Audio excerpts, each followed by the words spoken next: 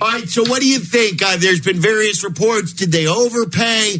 Do you like the signing of Larry Ogunjobi? Look, I mean, this is certainly a bigger splash than maybe I was expecting Ryan Poles to make right out of the gates. I don't expect him to make a bunch of these in the first wave of free agency, particularly with his stated philosophy of trying to let the market settle.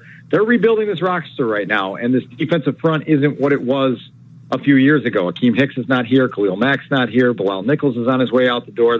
Eddie Goldman no longer here. So it is a roster full of holes right now, and you have to fill them some way, somehow. They obviously see something in a young ascending player in Ogunjobi that gives them confidence in this defense. And so we'll see where it goes. This is the start of a process that's going to probably be 140 steps long before this roster looks anything like Ryan Poles wants it to. You want to add good players regardless of what side of the ball they play on. But as we've watched Ryan Poles early on and some of the comments he's made, were you at least a little surprised that they made this big a splash on the defensive side of the ball, not the offensive side of the ball?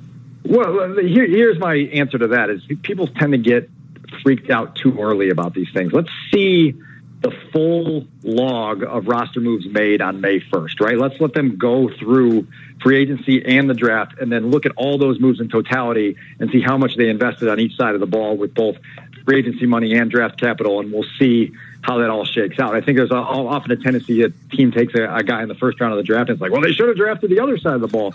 And by the time the draft ends, they've used 5 more picks on the other side of the ball. And so there's a lot of ways to fill holes, and so they've got to use all these ways to fill holes because, as we mentioned, there's a lot of them. The other part of this is when you look at the deal that Christian Kirk just got from the Jaguars, right? 4 years, $84 million. This is what you don't do in free agency if you're a team like the Bears. You don't go and overpay for a receiver that you can probably draft a similar, version of in round 2 or 3 on day 2 of the draft. And so you have to be patient, you have to be disciplined, you have to be practical. And I think by the time this all settles, you're going to see a pretty heavy investment on the offensive side of the ball before they actually take the field for a meaningful practice. Dan, I agree with you. This is supposed to be a very deep wide receiver draft. If you trust Ryan Poles and his scouting, and with 2 picks in the second round, I think Waddle and I broke it down that the most successful teams have been in any round of the NFL draft finding great wide receivers is the second round.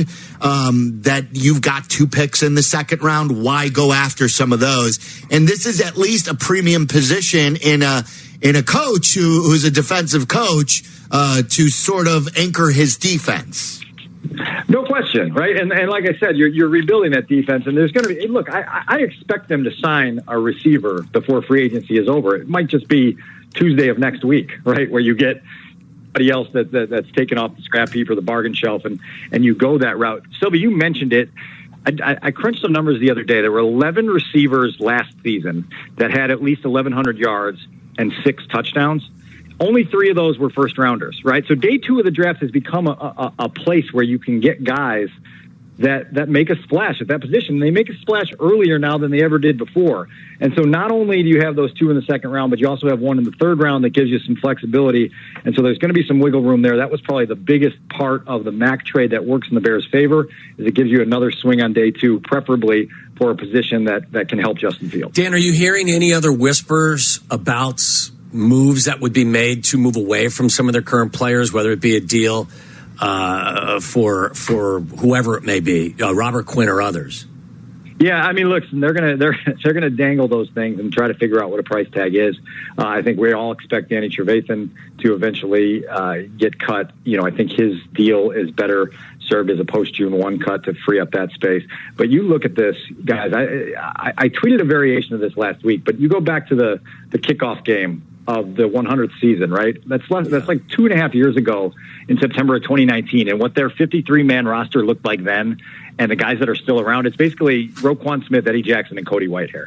And it is staggering to think about how excited this city was and how we all sort of believed that a window was opening for that team to go on a run where they were in the playoffs every year for 5 years, right? And at least in contention for crowns. And now you have nobody left, right? You literally have nobody left. It's Roquan, it's Eddie, and it's Cody Whitehair, and you're basically starting from scratch with a whole new regime, and everything has not gone the way that we once thought it might. What was your level of surprise on the Mack deal? Yeah, medium to below medium. Really?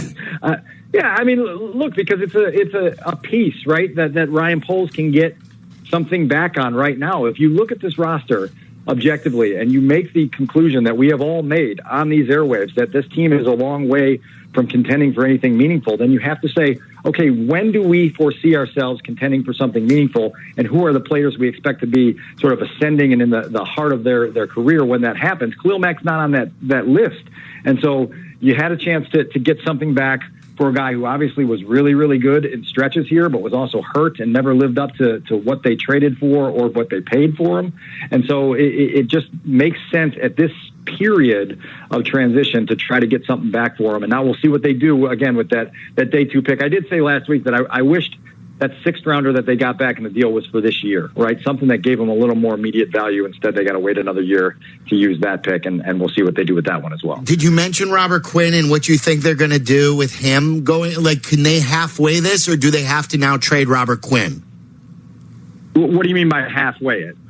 Well, look, if you're going to get rid of Akeem Hicks and you're going to get rid of a bunch of veterans and collect and restock the shelves, shouldn't you maximize the trade value of Robert Quinn?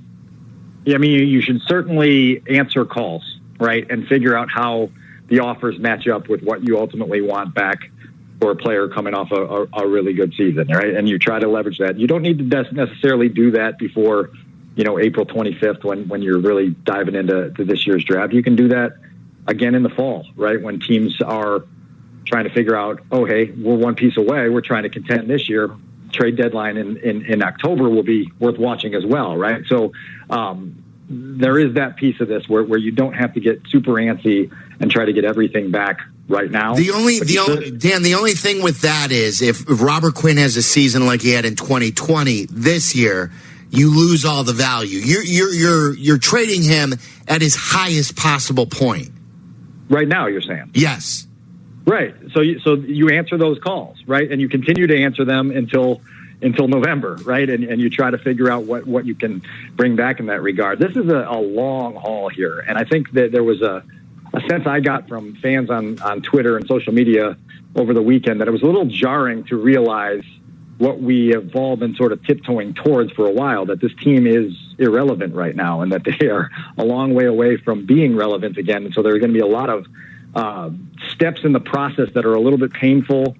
You and I, Silvy, exchanged some texts where I said I think these next 6 months are going to be kind of dull because there aren't going to be those splash players added to the roster that make you run out and buy a jersey, right? And so it's just going to be a 6-month period that by its very nature is going to be very tedious for Ryan Poles, but I think he's looking at this thing through clear eyes without emotions attached and already starting to make some moves that will help this team long term. Dan, what do you believe their interest is in terms of keeping James Daniels or re-signing him? I don't think they can afford it, right? I think James Daniels is going to hit the open market and command a price tag that is too steep for this team in its current state. And I think they're going to want to try to find some other ways to plug that hole and be able to use the resources that might have been used on James Daniels to help get Justin some playmakers, right? You heard Ryan Poles at the Combine talk about getting a dependability piece for Justin, and there's got to be somebody other than Darnell Mooney that he goes to in big moments.